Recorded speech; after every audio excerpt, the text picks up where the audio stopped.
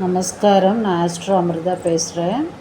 இன்றைக்கி நம்ம பார்க்க போகிற ஆஸ்ட்ரோ டிப்ஸ் என்னவென்றால், பண வசதி இல்லாமல் நேர்த்தி கடனை தள்ளி போடுவது தெய்வ குற்றமா என்ற கேள்விக்கு பதில், வசதி இல்லை என்று சொல்லும் பொழுது அது தெய்வ குற்றமாகாது.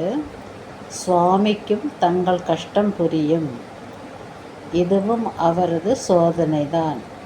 நேர்த்தி கடனை செலுத்த வசதி அளிக்க வேண்டிக் கொள்ளுங்கள், அன்புடன் அருளுவார். இரண்டாவது குறிப்பு, திருமணம் விரைவில் கைகூட என்ன பரிகாரம் செய்யலாம்? என்ன காரணத்தினால் திருமணம் தடைப்படுகிறது என்பதை முதலில் ஜாதகத்தை பார்த்து அறிந்து கொண்டு தக்க பரிகாரம் செய்ய வேண்டும். அதேபோல் திருமணஞ்சேரியில் சிறப்பு பூஜை செய்து சுவாமியின் மாலையை பிரசாதமாக பெற்றுக்கொள்ளுங்கள். தடை நீங்கி விரைவில் திருமணம் கைகூடும். மூன்றாவது குறிப்பு, நடக்க இயலாதவர்கள் வாகனத்தில் கிரிவலம் வந்தால் பலனுண்டா? நிச்சயம் பலனுண்டு.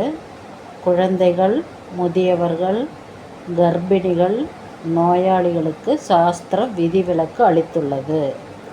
நடக்க இயலாத நிலையிலும் கிரிவலம் செய்ய வேண்டும் என்ற நினைப்பு வருவதே பெரிய விஷயமாகும்.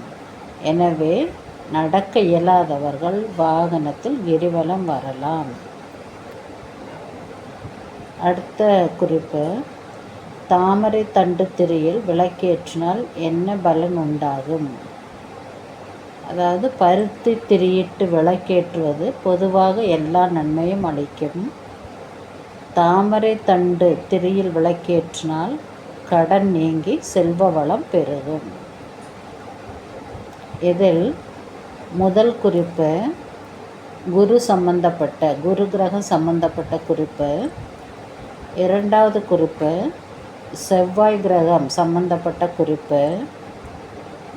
மூன்றாவது குறிப்பு சனீஸ்வர பகவானும் அதேபோல் சந்திர பகவானும், அதாவது சனி கிரகம் சந்திர பகவானின் சனி கிரகம் சந்திர கிரகம் அவர்களை சம்பந்தப்பட்ட குறிப்பு.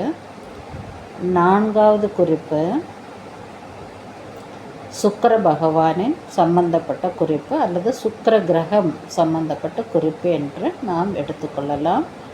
இந்த வீடியோ உங்களுக்கு பிடித்திருந்தால் நீங்கள் மற்றவருக்கு ஷேர் செய்யுங்கள். அதேபோல் சப்ஸ்கிரைப் செய்ய மறக்க வேண்டாம். Bye from astro Amrita.